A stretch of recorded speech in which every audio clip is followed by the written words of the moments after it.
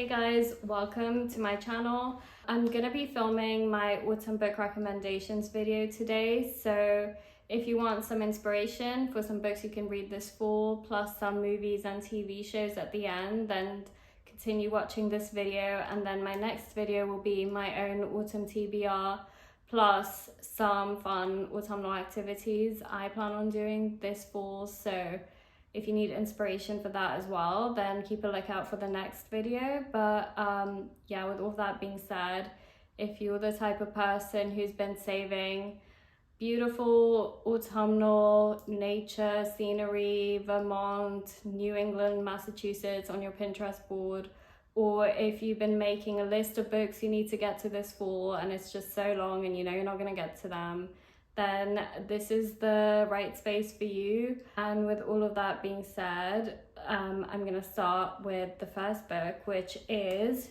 Pet Semetary by Stephen King. So I read this last year and it's the first and only Stephen King book I've ever read. It basically follows Lewis Creed and his family who move into a town called Ludlow in Maine. And basically they're a family of four. They have a cat and their neighbors are the Crandalls. So Lewis becomes friends with Judd Crandall, who is his neighbor. He's an elderly sort of man who becomes a bit like a father figure to Lewis.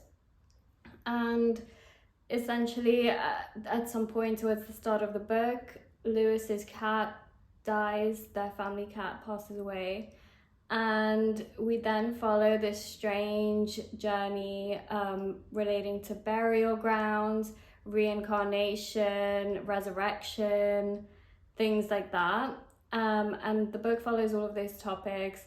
We get some interesting conversations about human nature, how far we will go to get the ones we love back, as well as other interesting conversations about aging, about grief. So yeah, this is a book I would recommend. I started reading it physically, but I honestly found it really hard to read. It was quite it's quite descriptive and a bit too descriptive in my opinion. So then I switched to the audiobook and I thought that was much better. The narrator does a great job. The next book I'd recommend is The Once and Future Witches by Alex E. Harrow.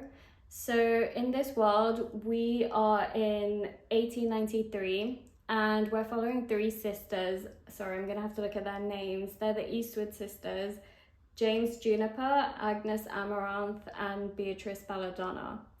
And basically in this world, there used to be witches at some point. We're in Salem, so there used to be witches, now they're not. The witches were burnt. So in this world, witches no longer exist, but now these three sisters joined the suffragist movement, and with that they slowly try to bring witchcraft back into the world.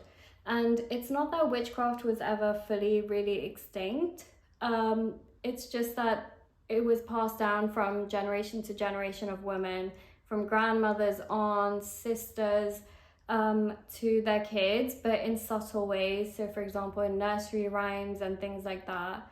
But when this threat of witchcraft starts to arise again, men, the politicians, and those sort of important people in society are very threatened.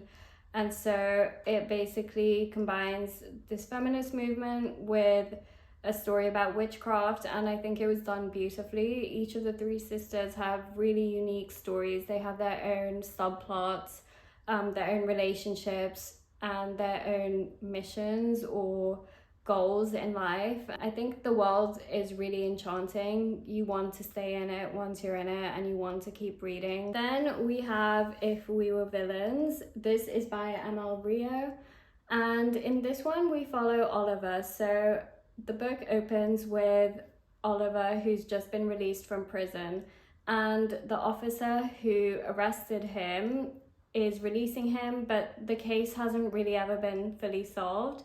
So the officer is curious to hear Oliver's full side of the case, and so he sits down with him and Oliver starts to tell him about what actually happened 10 years ago when in his school, which is this prestigious elite School of the Arts, one of the people in his group of friends was seemingly murdered. It's a dark academia story, so it's sort of about this obsession with Shakespeare. So their friends are specifically studying Shakespeare, his literature, his plays, acting them out, and it's that sort of suffocating, obsessive nature of dark academia books where these friendships are super consuming, and we see the politics between the friends, the relationships. We see a lot of how what's happening on stage, the characters that these people are portraying in Shakespeare's plays are actually seeping in or blending in with their personalities. And we're seeing basically how this person got murdered. Then I've included this non-fiction book, Educated by Tara Westover. So this follows Tara, who is growing up in a Mormon family. They live in quite a primitive way, a primitive lifestyle where they don't really have a lot of the luxuries or necessities in a lot of cases that we have in our everyday lives. They have grown up, her and her siblings, in a world where their father thinks the world is going to end, so they're doing everything they can to prepare for the ending. They're collecting supplies so that they survive this ending of the world. The reason I recommend this for fall is because it has a central theme of education, self-improvement, and I think it's quite fitting with September, that time we go back to school, go to university. It's a very academic book in some senses, because although it does follow Tara and her relationships with her family members in particular, it also tells us about Tara's life and how, despite the fact that she wasn't sent to school, she sort of lifts herself out of this situation. She makes herself study for the ACT, she gets into university, and she essentially changes her life completely from there.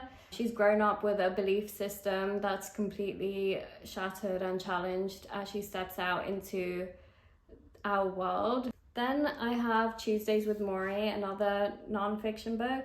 So this is basically about a conversation between, well, a series of conversations between our author, Mitch Albom, and his ex-professor from university, Morrie Schwartz. And Morrie is diagnosed with ALS, at which point our author reconnects with him, and he's just a professor that our author really connected with in his youth. He's taken this opportunity to reconnect with his professor, who is going to die fairly soon, and they meet every week, and our author gets to ask him questions about his life, his views on friendships, relationships, aging, career, falling ill, all these big topics. And I find this book in general quite fitting for fall, a time that I associate with school or learning. Then I have Mexican Gothic by Silvia Moreno Garcia. So in this book we follow Noemi. She's a socialite in Mexico, and her cousin has recently gotten married and moved away to the rural countryside. And her cousin has married, I think it's into a British family who's lived in Mexico for a while, and has moved into this mansion or manor called Highgate. And then Noemi's dad has received some disturbing letters from her cousin, so he asks Noemi to go there and figure out what's going on. Her cousin doesn't seem to be doing too well. And so Noemi reaches this manor, and there's very strange stuff going on. Her cousin doesn't seem to be doing too well. She's often sort of confined to her room. Her husband doesn't seem like the best person. Her father-in-law doesn't seem like the best person. And so we kind of figure out the history of this family very slowly, the history of colonialism in the area where they live. We're learning about some of the family secrets they have. But yeah, if you like Gothic imagery, Gothic settings, nature rotting, fungus, wallpaper, weird things going on, weird dreams, things like that, then you'll really like this book. And there were parts where I was scared. It's not too scary overall. I'd say it's more like creepy. And the next one is a trilogy, the Truly Devious trilogy. I'm just gonna put the rest of the books down. So this is the first book, Truly Devious. And in this trilogy, although now there are more books, but I believe it's these three that are kind of set in the boarding school, and then the next ones have different settings. But anyway, so in these we follow Stevie Bell. She is sort of like a crime fanatic, a crime junkie. She is basically admitted to this prestigious boarding school in Burlington, where they basically view education very differently to like how we typically do education in schools. So they really encourage their students to sort of follow their passion. So for Stevie, her passion is crime, so her classes are tailored in order for her to pursue that sort of career later on. And at this boarding school, when it was created by the owner, Albert Ellingham, 2 murders took place, and she takes it upon herself once she's admitted to solve that crime. But once she comes to this boarding school, it seems that other weird things are going on, more people are being murdered, and she's sort of solving that crime from the past while new crimes are taking place, and seeing if there's any similarities between them, if they're connected in any way. And it's obviously quite autumnal read in the sense that we're sort of set in this boarding school high in the mountains of Vermont. It's very secluded. There's fires burning, there's that autumnal foliage, there's just all the autumnal vibes you could want, academia. It's a very cozy book. Then I have We Have Always Lived in the Castle by Shirley Jackson. This is the only Shirley Jackson I've read, and we follow our main character, Mary Cat, and she is quite a unique character. So we find out that she lives with her sister Constance and their uncle Julian in this huge house, and the rest of her family were at some point murdered.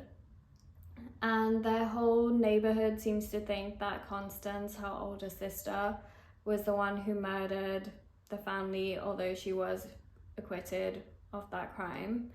But they treat them sort of with reservation, can be quite rude to them, and they're sort of outcasts in their sort of town. And so we follow their daily lives, and things sort of shift when their cousin Charles comes into town. I just found it fascinating being in Mary Cat's head. She has a very, very distinct, unique way of thinking, and you really see that in the moments when we're just hearing her thoughts, her way of thinking. And the book's written really well, and I think it's perfect for fall because there's themes of murder, of this Gothic house, this huge house. There's a cat, the family is quite particular in the way that they live. They have these whole shelves of preserved food in the basement. There's a lot of imagery like that I think is quite good for the fall. The last book I would recommend for fall is Mooncakes.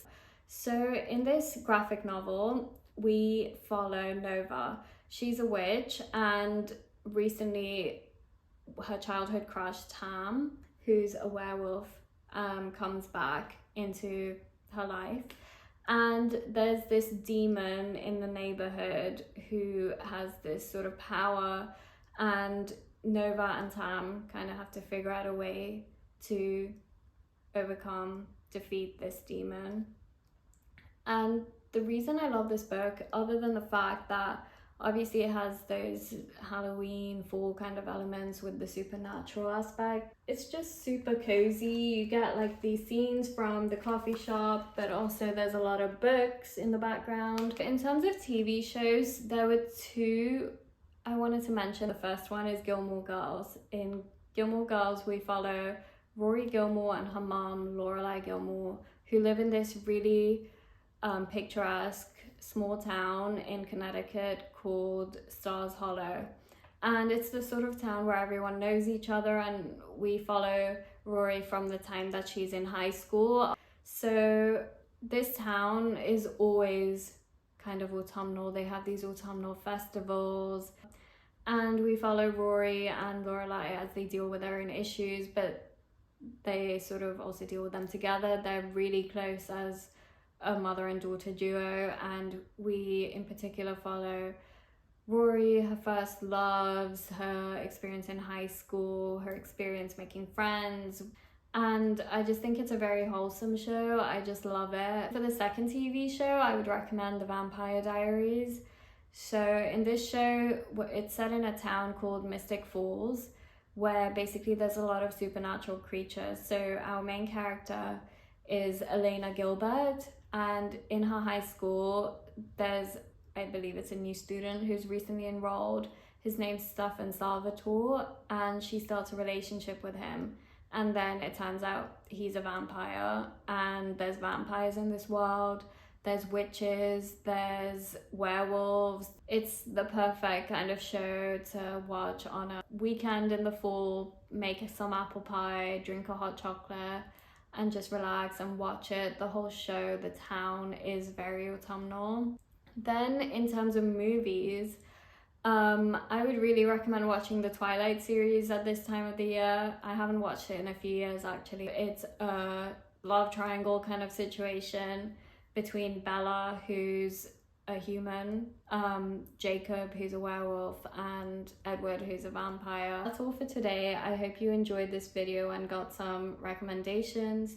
I'd love to know some of your recommendations for the fall, whether that's books, movies, TV shows, anything.